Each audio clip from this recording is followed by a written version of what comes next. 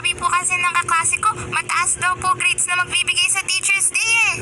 Be, ano? Lo, galit agad. Wala pa ako sinasabi. Ano yun? Busy ako. Stress na nga ako dito eh. 1 week ka pa lang sa senior high, stress ka na? Ang hirap kasi. Tatagal ka kaya sa ABM? Ate, may kilala kang manager? Wala, bakit? Kailangan daw namin interviewin. Yung mga kagrupo ko hindi pa nakilos kasi walang pasok this week. Kailan ba pasanan? Sa linggo. Ano ba ngayon? Tuesday. Eh, mahirap nga kasi. Nanonood ako sa TV. Mamaya ka na.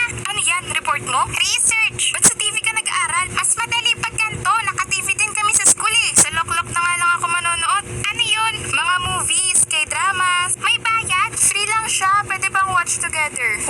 Nood tayo. Kala ko ba busy ka? Mahal kita, langga. Langga. Hoy, sus Mariosep. Huwag ka basta-basta lang gugulat.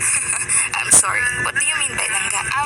Langga means langga is call sign. Ayun, call sign. Call sign? Like baby, love? Yeah, like that. Then, I'ma call you langga. Ay, hinulugan kasi tinapa. Hey, are you okay? Okay lang, Dok. Ba't pa English ka ng English? Tatagalog ang pamilya mo, as I like it.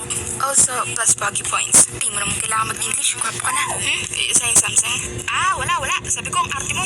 Whatever. Una na po ako. Tulog na din po si Claire. Sige, mag-iingat ka. Langga, wait. Hatid na kita. Langga, may dapat ba kaming malaman? Wala po. Naglolo ko lang po yan si JC. Pogi